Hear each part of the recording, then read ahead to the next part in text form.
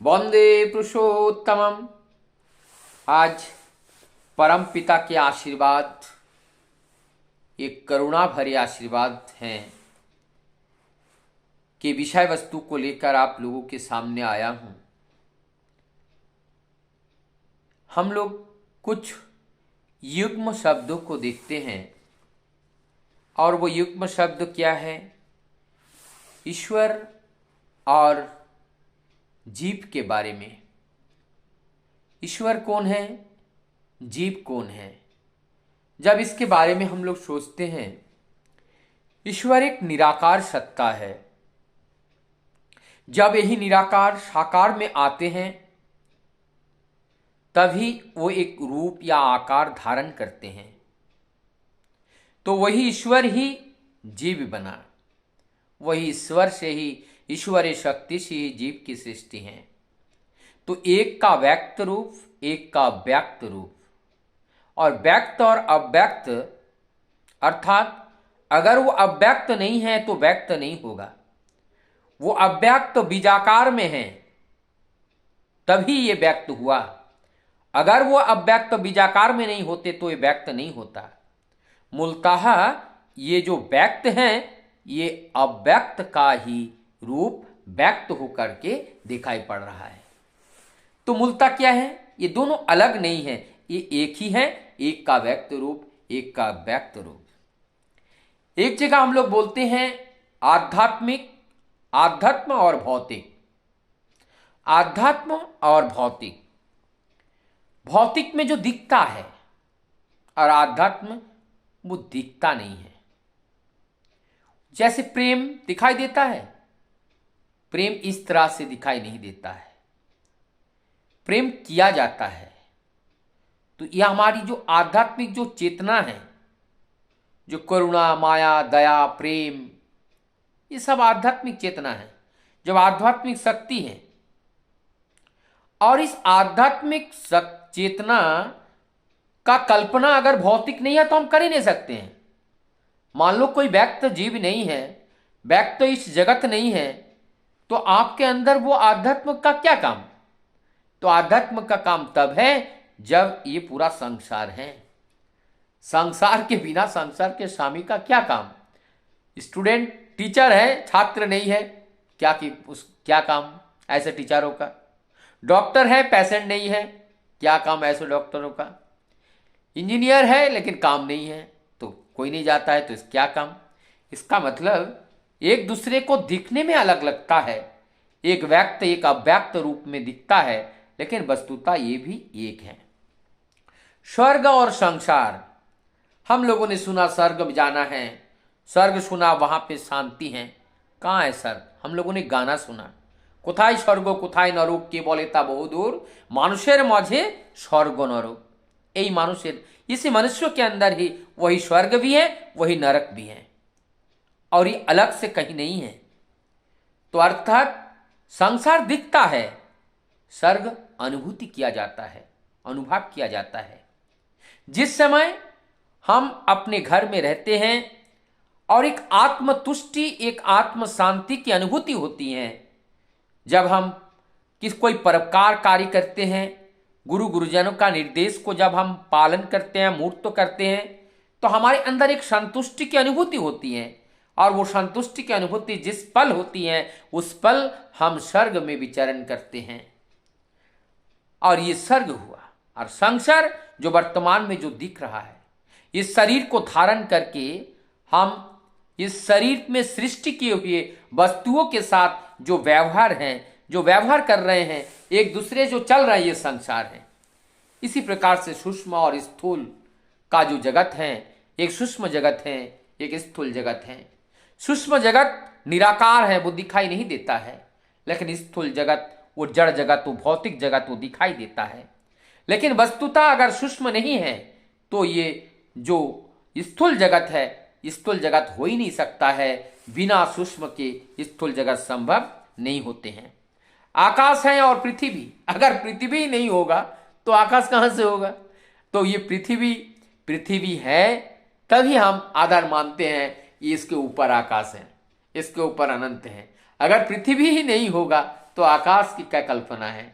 तो इसका मतलब यह आकाश भी, ये जो युग्म शब्द हैं, ये जो युगल शब्द हैं, ये दोनों एक ही हैं, वस्तुतः इसमें कोई अलग नहीं है। यही बात को हमें समझना है।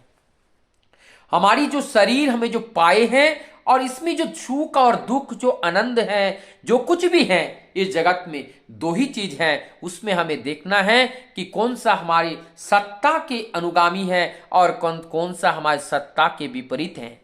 अर्थात कौन हमारी सत्य को रक्षा करने वाला है और कौन उस सत्य को विनष्ट करने वाला है। जो विनष्टकारी होगा, सत्ता को जो विनष्टकारी होगा, जो घातक होगा, वो हमें अंधकार की ओर ले जाएगा। और सत्ता के लिए जो पोषण प्रदान करेगा, सत्ता रक्षण वाला होगा, वो हमें प्रकाश की ओर ले जाएगा, वो हमें ज्ञान की ओर ले जाएगा।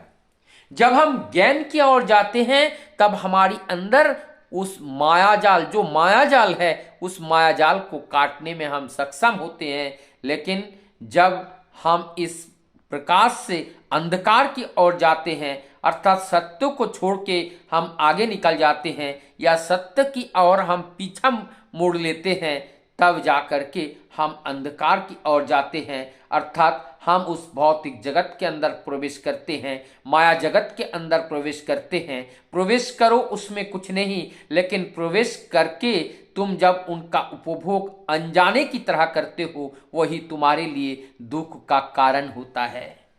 यहाँ पे शास्त्र में कहा गया, योग चित्त वृत्ति निरोधा।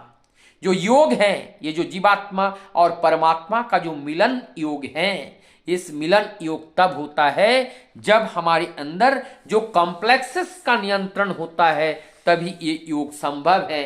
जब तक ये कॉम्प्लेक्सेस का नियंत्रण नहीं होता है, तब तक ये योग संभव नहीं है।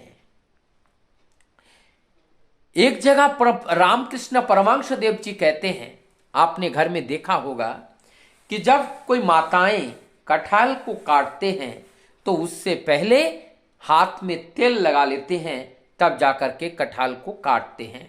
क्यों? क्योंकि अगर तेल लगा लिया तो कटहल में जो चिपकने वाला जो गुण है, वो गुण प्रभावशाली नहीं होगा और हाथ को जकड़ेगा नहीं, पकड़ नहीं पाएगा।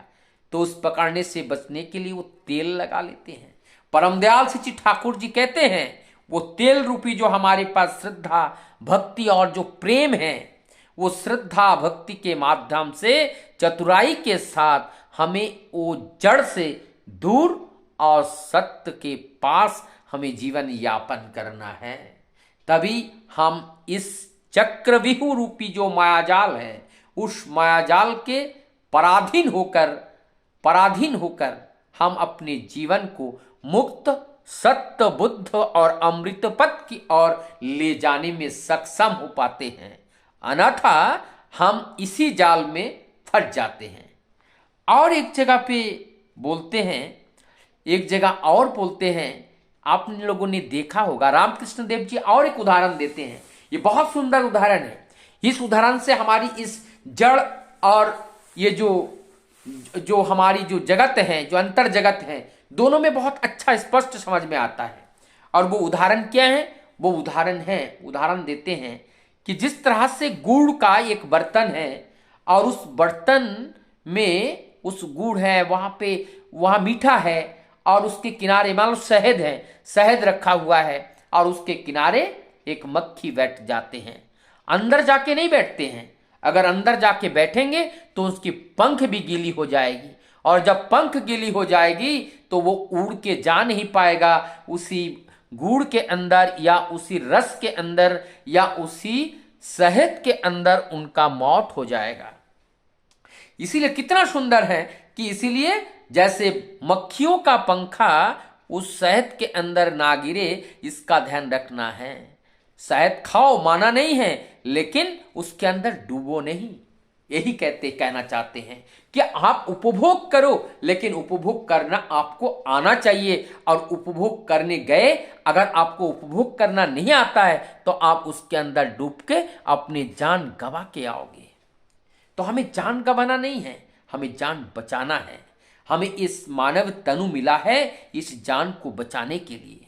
अब इस आज की जो कहानी जिसको हम बताने जा रहे थे, हमारे परम श्रद्धा जो परम पूजनीय परम श्रद्ध जो हमारे काजलदा है, उनके विवाह होते हैं और विवाह के बाद नव दाम्पत्य परम दयाल श्री ठाकुर जी के पास प्रणाम करने के लिए आते हैं। और वहाँ पर बैठे सभी भक्त लोग ठाकुर जी पार्लर में ही बैठे हुए हैं। वर्तमान में जहाँ ठाकुर जी का जो विग्रह जहाँ पे वर्तमान में स्थापित है ठाकुर जी का, वही पार्लर, वहाँ पे प्रणाम करने के लिए आते हैं अपने नव विवाहित वधू के साथ। जब वहाँ प्रणाम करते हैं, हमारे जो परम पूज्यपाद से श्री काजलदा जब प्रणाम करते हैं और वहाँ पे तभी उनका और जब देखते हैं, ठाकुर जी टकटकी लगा करके उनको और भी देख रहे हैं और जो नववधू है उनकी और भी देख रहे हैं। देखते देखते ठाकुर जी के दोनों आंखों से आंसू आ जाता है और इस आंसू जब आ जाता है, वहाँ का वातावरण पूरा स्तब्ध हो जाते हैं और तब वहाँ बैठे भक्त लोग भी ठाकुर जी के उस आंसू को देखकर सबके आंखों से आंसू आ जाती हैं।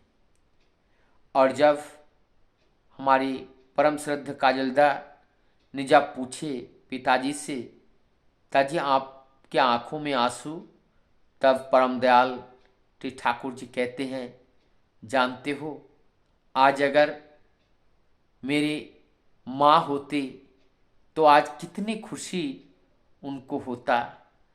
तो वही याद कर रहे हैं क्योंकि उनके जीवन का हर एक खुशी माँ के लिए होता था।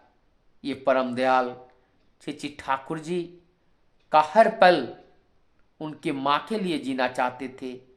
आज भी जब नवपुत्र वधू का आगमन हुआ, तब भी उनको देखकर जो आनंद है, मानो संपूर्ण वो आनंद अपने माँ के चरणों में अश्रु के माध्यम से डेडिकेट करना चाह रहे हैं, समर्पित करना चाह रहे हैं, समर्पित कर रहे हैं।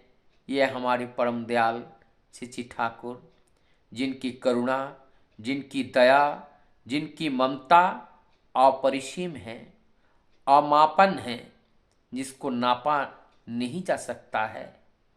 ये अनंत असीम सीमाहीन है।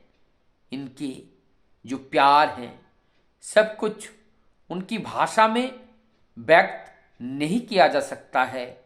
केवल उस अनुभूति का स्मरण करते हुए अपनी आंखों से अश्रु के माध्यम से उस बात को व्यक्त किया जा सकता है कि वो कितने बड़े करुणा के सागर हैं, वो कितने बड़े दयालु हैं, कितने बड़े प्रेमिक हैं।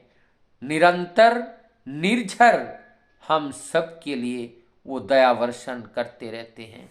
वंदे